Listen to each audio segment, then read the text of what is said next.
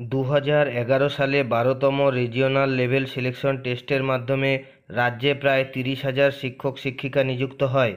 2016 সালে এই সব শিক্ষক শিক্ষিকাদের টেট পাসের সার্টিফিকেট দিলেও অনেক শিক্ষক শিক্ষিকা টেট পাসের সার্টিফিকেট পায়নি।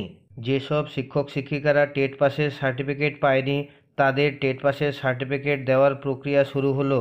টেট পাসের সার্টিফিকেট দেওয়া হবে 14ই জুন থেকে।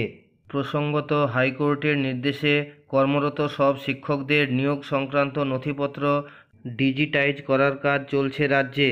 তার জন্য শিক্ষকদের নিজেদের নিয়োগ নথি জমা দিতে হচ্ছে জেলা বিদ্যালয় পরিদর্শকের কাছে, যা করতে গিয়ে দুশ্চিন্তায় পড়েছিলেন 2011 সালের 12তম রিজিওনাল লেভেল সিলেকশন টেস্টের মাধ্যমে নিয়োগপ্রাপ্ত বহু শিক্ষক।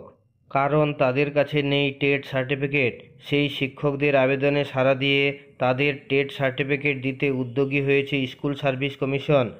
ইতিমধ্যেই সাউথ ইস্টার্ন রিজিয়নের আঞ্চলিক দপ্তর থেকে জারি বিজ্ঞপ্তি অনুযায়ী 14ই জুন থেকে 5ই জুলাই পর্যন্ত টেট সার্টিফিকেট বিতরণ করা হবে।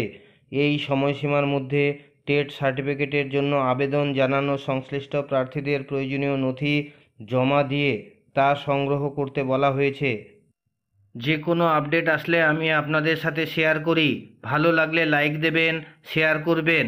আর আপনি যদি আমার চ্যানেলে প্রথমবার আসেন তাহলে এই ধরনের ভিডিওগুলি পাওয়ার জন্য চ্যানেলটিকে অবশ্যই সাবস্ক্রাইব করবেন এবং পাশে থাকা বেল চিহ্নটি টিপে নোটিফিকেশন অল করে দেবেন।